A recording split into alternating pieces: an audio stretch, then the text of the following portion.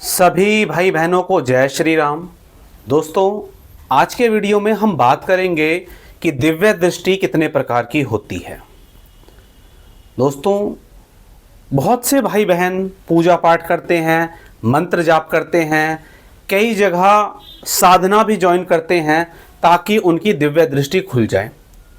तो आज के वीडियो में हम ये बात करेंगे कि दिव्य दृष्टि कितने प्रकार की होती है और किसी व्यक्ति के बारे में जब आप जानना चाहते हैं तो किस प्रकार से आपको ये पता चल जाता है कि इस व्यक्ति की समस्या क्या है और आप उसका समाधान किस प्रकार से कर सकते हैं, ये भी आपको पता चल जाता है। चलिए वीडियो की शुरुआत करते हैं। मैं आपको बताना शुरू करता हूं दिव्य दृष्टि के बारे में। देखिए, कोई भी व्यक्ति जब किसी भी प्रकार से किसी भी देवी देवता का मंत्र जाप करता है, पूजा पाठ करता है, तो उसके मन में भाव आने शुरू हो जाते हैं। जैसे जब वो किसी भी व्यक्ति को देखता है तो देखते ही उसके मन में इस प्रकार के भाव आते हैं कि ज़रूर ये जो सामने वाला व्यक्ति है ये शिव की पूजा करता है, या इस प्रकार के भाव आते हैं कि ये हनुमान जी की पूजा करता है। तो जब व्यक्ति के मन में भाव आने शुरू होते हैं तो वो ये पूरी तरह नहीं समझ पाता कि ये दिव्य दृष्टि खुलने के ही संकेत हैं। उसे लगता है कि नहीं, ये तो मुझे ऐसे ही फालतू में नजर आ रहा है। लेकिन जब उसके भाव सच होने शुरू होते हैं तब उसको ये समझ में आना शुरू होता है कि उसकी दिव्य दृष्टि खुल चुकी है। अब उसको प्रैक्टिस करने की जरूरत है। तो प्रैक्टिस करने का मतलब ये नहीं है कि आप तंत्र बाधा निवारण शुरू कर दें। पहले अपने आप को मंत्र जाप से और अधिक पका लें।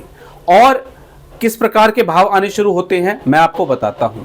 जब आप किसी व्यक्ति से बात करते हैं या किसी व्यक्ति को देखते हैं तो कुछ आपको नाम समझ में आने लग जाते हैं कि इस व्यक्ति के घर में ये नाम होगा, पी से कोई नाम शुरू होता होगा, एस से कोई नाम शुरू होता होगा। इस प्रकार के भाव जो होते हैं आपके मन में आने शुरू हो जाते हैं। और जितनी आपकी दिव्य दृष्टि की परतें साफ होंगी उतने ही ज्यादा अच्छे भाव आपको आएंगे और सामने वाला व्यक्ति चकित रह जाएगा कि आखिर इसको ये सब बातें पता कैसे चल जाती हैं या किस प्रकार के भाव आ सकते हैं। जरूरी नहीं है कि आपको नाम ही पता चले या कुछ और चीज पता चले, डायरेक्ट आपको समस्या पता चल सकती है। जैसे आपने अपने इष्ट से ये प्रार्थना करी कि हे हनुमान जी, जो चीज इसे समस्या दे रही है वो मुझे पता चल जाए, तो ऐसे में आपको डायरेक्ट वो समस्या ही पता चल जाती है, जो बहुत ही बड़ी बात है, बहुत बड़े लेवल की बात है। तो ये हुई भाव दृष्टि। सबसे पहले आपके मन में भाव आने शुरू होते हैं और जब यही भाव बहुत ज्यादा पक जाते हैं तो आपको ऐसा महसूस होना शुरू हो जाता है कि आपके अंदर से कोई बोल रहा है। समझ रहे हैं आप? जैसे आप किसी व्यक्ति से बात कर रहे हैं, उसने आपको अपनी समस्या बताई, तो समस्या वो बता रहा है, लेकिन अचानक आपके अंदर से एक आवाज आई कि इसको जो है ना पितरों की दिक्कत है, या आपके अंदर से अचानक एक आवाज आएगी कि इसके जो है ना घर में दिक्कत है, या इस व्यक्ति को पर्टिकुलर पेट में समस्या रहती है। इस प्रकार के भाव, इस प्रकार की आवाजें भाव के माध्यम से आपको आना शुरू हो जाती हैं। तो जब इस प्रकार की आवाजें आपको आना शुरू हो जाएं तो ये 100% समझ लीजिए कि आपकी दिव्य दृष्टि अब जागृत हो रही है। आप अपनी मेहनत और बढ़ा दें। ऐसा करने से आपकी दिव्य दृष्टि और साफ होती हुई चली जाएगी। तो ये मैंने 2 पॉइंट बताए। अब मैं तीसरी बात बताता हूं। जब आपके इष्ट, आपके कुलदेवी देवता, आपके पितृ या जिनकी भी आप पूजा करते हैं वो आपके ऊपर प्रसन्न होते हैं तो वो और किस प्रकार से आपको बता सकते हैं। स्वप्न के माध्यम से आपको पता चलना शुरू हो जाता है कि क्या परेशानी है। सपने में ही आपको परेशानी आपकी दिखनी शुरू हो जाती है, या किसी अमुक समस्या के बारे में जब आप सोचकर सोते हैं तो आपको उस समस्या का या तो समाधान मिलना शुरू हो जाता है या ये दिख जाता है कि ये समस्या कहां से आई है। तो जब इस प्रकार की चीजें होनी शुरू हो जाती हैं तो इसका मतलब है कि आपको किसी ना किसी प्रकार से स्वप्न के माध्यम से देवी देवता दिखा रहे हैं। हालांकि इसको सिद्धि भी बोल सकते हैं। अब इस चीज को जरा ध्यान से समझिए। अगर किसी भी साधक को, अगर किसी भी भाई बहन को स्वप्न में यह चीज पता चल रही है, इसका मतलब उसके देवी देवता जागृत हो गए हैं, उसकी दिव्य दृष्टि जागृत हो रही है। उसे अपना मंत्र जाप और मेडिटेशन बढ़ा देना चाहिए, कम से कम दुगना कर देना चाहिए। चाहिए, ताकि जो चीजें उसे स्वप्न में पता चल रही थी अब वो उसे जागते हुए भी पता चल सके। तो ऐसा करेंगे तो जागते हुए भी आपको पता चलने लग जाए। अब एक आपको अगली चीज के बारे में बताता हूं, वो क्या है कि जब और ज्यादा पक जाती है दिव्य दृष्टि, तो आपको कान के माध्यम से कुछ सुनाई आना शुरू होता है, श्रवण सिद्धि हो जाती है।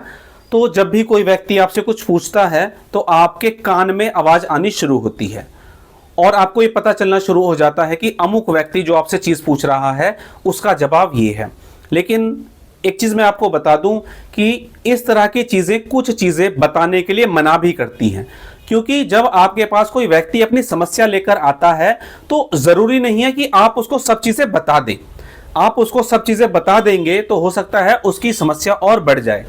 तो कुछ व्यक्ति इसीलिए, कुछ साधक जो होते हैं, कुछ भगत लोग कुछ बातों को गुप्त रखते हैं। ऐसे मेरे अनुभव में जब कभी किसी का नाम पता चल जाता है तो बहुत से लोग पूछते हैं कि मुझे नाम बता दो, तो मैं मना करता हूं, क्योंकि नाम, आप इस बात को समझिए कि नाम अधिकतर आपके घर के आसपास के लोगों का ही निकलता है, और जब भी ये नाम बताने वाली घटना घटती है तो व्यक्तियों के घरों में और अधिक झगड़ा बढ़ जाता है और बहुत ज़्यादा समस्याएं बढ़ जाती हैं। तो इस चीज़ से बचें कि डायरेक्ट नाम ना बताएं, क्योंकि जिसका आपने नाम बताया है, अगर वो व्यक्ति को ये पता चल गया कि फलान भगत ने आपका नाम बताया है, तो ये झगड़े, पुलिस, कोर्ट कचहरी बहुत ज़्यादा बढ़ जाती है। अनुभव आधारित ये चीज़ें आपको बता रहा हूं।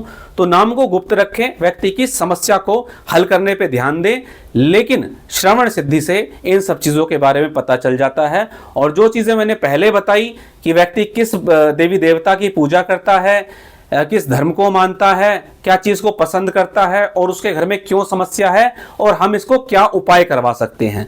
जैसे आपके कान में आवाज़ आ जाएगी कि इस व्यक्ति को ना ये वाला मंत्र बहुत ज़्यादा फलित होगा। लेकिन अगर कोई व्यक्ति पहले से ही किसी मंत्र को कर रहा है, जैसा कि मैं अपॉइंटमेंट के दौरान बताता हूं, तो वो उसी मंत्र को जपता रहे। अगर वो गुरु मंत्र है या मान लीजिए वो किसी इष्ट का मंत्र पिछले 10 साल से जप रहा है, तो उस मंत्र को जपता रहे। आप उसे विधि विधान बता दें ताकि आपकी उसकी जो पूजा है वो फलित होने लग जाए।